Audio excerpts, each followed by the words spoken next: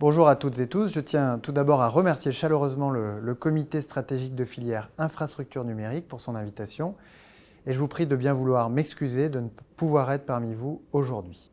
Ce CSF est l'un des lieux de fabrication essentiels de ce que sera la filière française des infrastructures numériques dans le futur. Le travail accompli depuis 3 ans par l'ensemble des acteurs, que ce soit par les entreprises de la filière ou par les fédérations qui les représentent, est remarquable. Aujourd'hui, je peux compter sur une filière structurée, qui dialogue, coopère autour des enjeux auxquels elle est confrontée. Je pense notamment à l'achèvement du déploiement de la fibre dans les territoires, qui constitue à ce jour une de ses activités principales, au développement de nouveaux réseaux de télécommunications comme la 5G, ou au développement de nouveaux usages du numérique, que ce soit pour les territoires ou pour l'industrie. Je pense notamment aux expérimentations en cours au sein du Vélodrome de Saint-Quentin en Yvelines, pour les compétitions à venir dans le cadre des JO. Je pense aussi à ce qui est mis en œuvre au port du Havre avec l'application de la 5G qui cible les opérations de la logistique ou de maîtrise de l'énergie. Les travaux que vous avez collectivement menés ont contribué à répondre à ces défis à travers 3 projets structurants identifiés dans le cadre du contrat. Le premier projet concerne le réseau des plateformes d'expérimentation des usages de la 5G identifiés dans le cadre du CSF. Il rendra utiles et concrets les promesses applicatives de la 5G pour les différents secteurs de notre économie. Ce réseau est maintenant pleinement identifié. Il a été soutenu financièrement par l'État dans le cadre de notre stratégie d'accélération 5G.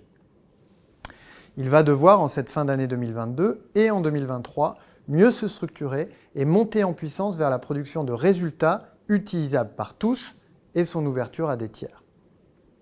Viennent ensuite l'étude et les travaux menés en ce moment même sur les territoires connectés afin de mieux délimiter les enjeux de la filière et de l'État sur ces sujets.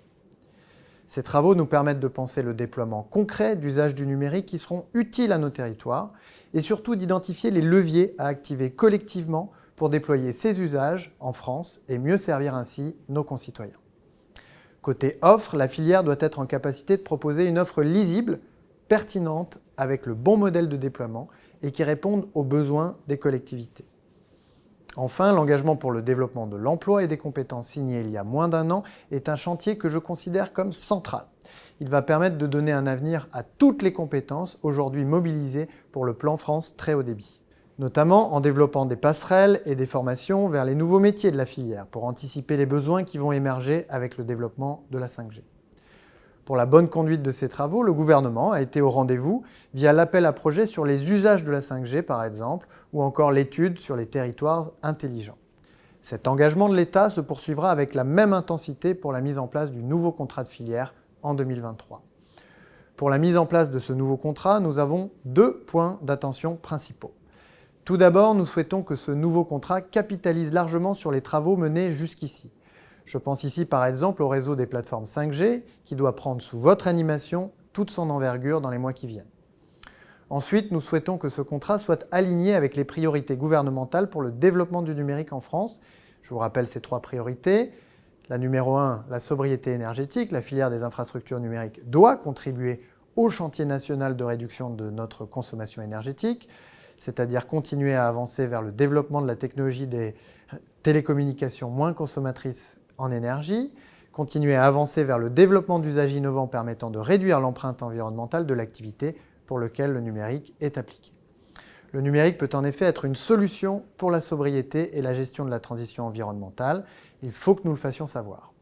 Ainsi, l'utilisation de la 5G entraînera une amélioration de l'efficacité énergétique d'un facteur 10 par rapport à la 4G. Seconde priorité, la souveraineté.